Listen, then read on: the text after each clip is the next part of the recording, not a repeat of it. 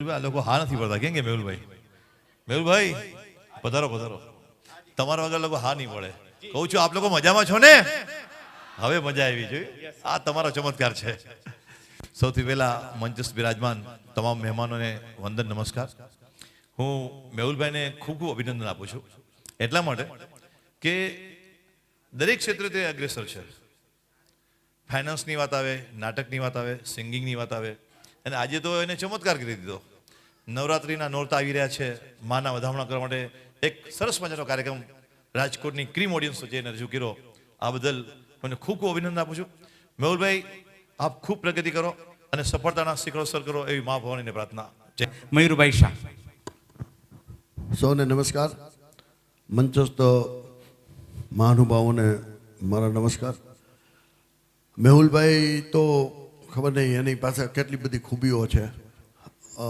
Multi talented માણસ છે, writer છે, અને આજનો આ કાર્યક્રમ બહુ સરસ રીતે એનું આયોજન કરેલ છે. એ બદલ મેહુલભાઈને હું ખૂબ ખૂબ અભિનંદન આપું છું.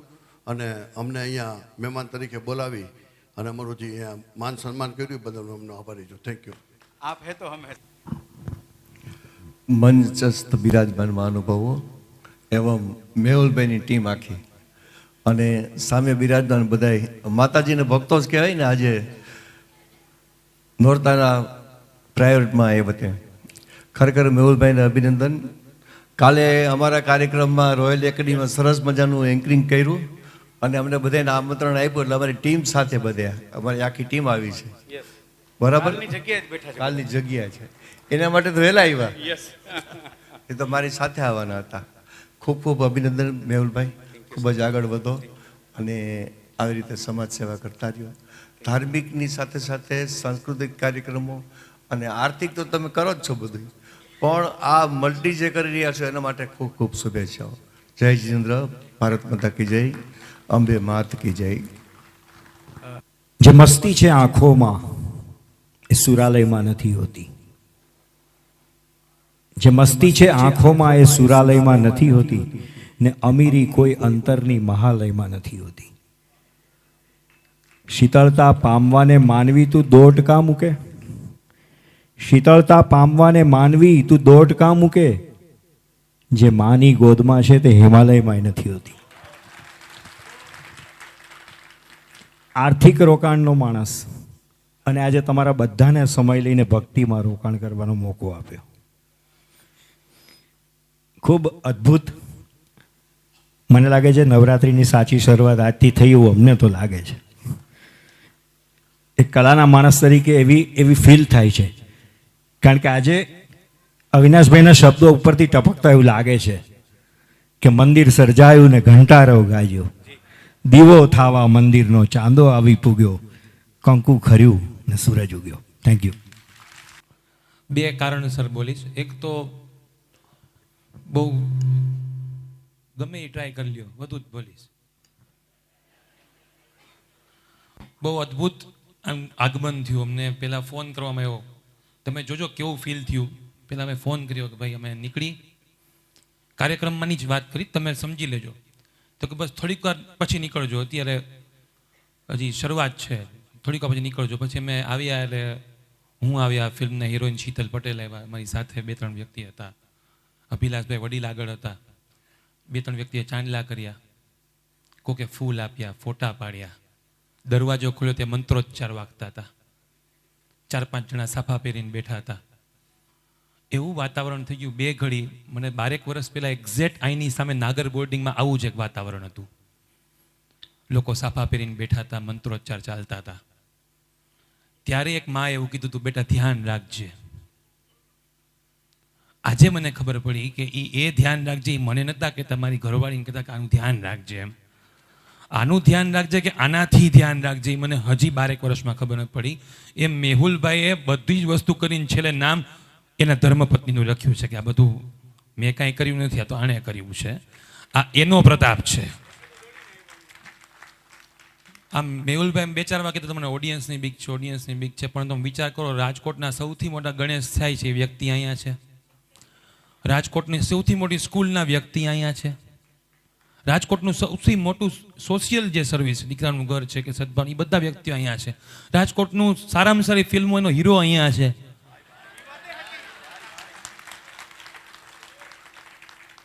રાજકોટના સૌથી મોટા ચશ્માની દુકાન છે એ વ્યક્તિ અહીંયા છે. રાજકોટમાં જેના સૌથી વધુ ચોપડાઓ બાળકો લખે છે એ રોયલ સંસ્થા અહીંયા છે. હું એના ચોપડામાં ભણ્યો સર. અમારા બધા સ્કૂલમાં બધા આસારામ બાપુના ચોપડા ભણતા, હું તમારા જૈનો વાળા ભણ્યો સાહેબ, એટલે હું અહીંયા છું. પણ આવા કાર્યક્રમો રાજકોટમાં થવા જોઈએ. આમાં ઓડિયન્સની ચિંતા ન કરાય, કારણ કે બહાર ગમે એટલી ભીડ હોય, ગર્ભગૃહમાં માતાજીના ગર્ભગૃહ હોય, એમાં 5,000 જણા જોઈએ સાહેબ. દરેકને એવો મોકો નથી મળતો. એટલે તમે જે અહીંયા હાજર છો ને, એ માતાના ગર્ભગૃહની અંદર આવેલા છો, એવો નસીબદાર છો, એવો લાવો માનજો. ફિલ્મનું પ્રમોશન શું કહેવાનું, અમે તો આશીર્વાદ લેવા આવ્યા છીએ. સ્થાપનમાં કોઈ ચીફ ગેસ્ટ ન હોય. આ કોઈ બેઠેલા કોઈની હેસિયત છે સાહેબ માની આગળ ચીફ ગેસ્ટ થવાની સાહેબ. માના ખોળામાં આવવાનું હોય, મા પાસે ચીફ ગેસ્ટ થવાનું ના જ હોય સર. આ તો મેહુલભાઈનો પ્રેમ છે, અને એનું નામ જ એવું છે કે મેહુલો ગાજે ને માધવ નાચે. જેદી આ ગાજે ને તેદી બાપુ માધવે આવવું જ પડે. ભલે સરકારી કાર્યક્રમ પાછળ મોડો આયલો પણ એનું બધું ગોઠવાઈ ગયું. લ્યો, અમને બીક હતી કે આ 11 વાગે ચાલુ થશે, જે પ્રમાણે સ્પીડ હાલતી હતી, આમ જો હજી પોસ્ટર કાઢવાનો ટાઈમ નથી મળ્યો. પણ ગમે એવા પોલિટિશિયન હોય, માની તો પાછળ જ હોય સાહેબ. અમે ભલે આગળ બેઠા છીએ, પણ અમને ખુરશી મળી નહીં, કારણ કે માની આગળ થવા ગયા.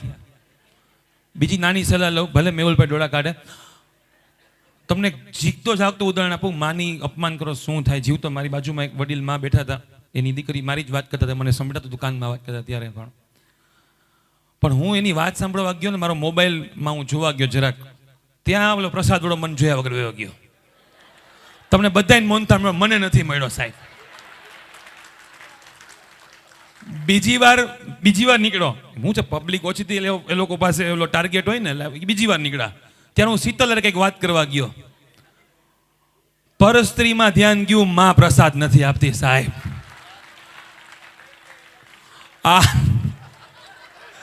પછી તમે માનું ભૂલ સ્વીકારી લ્યો તો પ્રસાદ આપે છે પાછા. આ તો માં છે સાહેબ, અને એક કરતા ડબલ આ જોત કરી. પણ ના, એક લઈ લો, એ તો મારો હક છે. બસ આવી જ પરિસ્થિતિ એવી છે કે સાહેબ, ગુજરાતી ફિલ્મો માટે મેહુલ ભાઈ જેવા નિર્માતાઓ, દિગ્દર્શક બહુ મહેનત કરે છે, પણ આટલા જ લોકો એને સપોર્ટ કરે, પણ અમારે વધારે જોતાય નથી.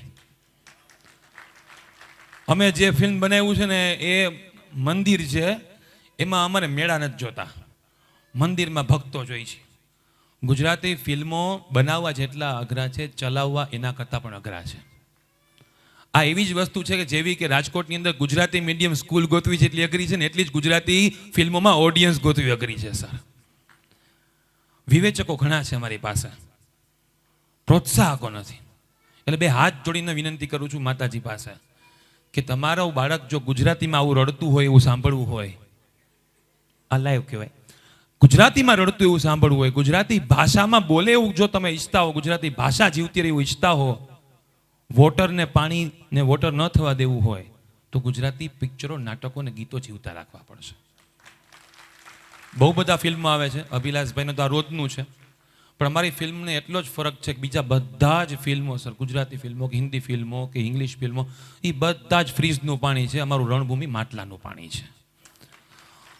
Choice is yours. Thank you so much મેહુલભાઈ, તમારો પ્રેમ સદાય આવો વસ્તો રહે. હું તો મેહુલભાઈ પાસે શીખું છું. હું મારું ઘરનું ખેસ ઉતારી લીધું, તમારું પહેરી લીધું. Thank you so much Mehul.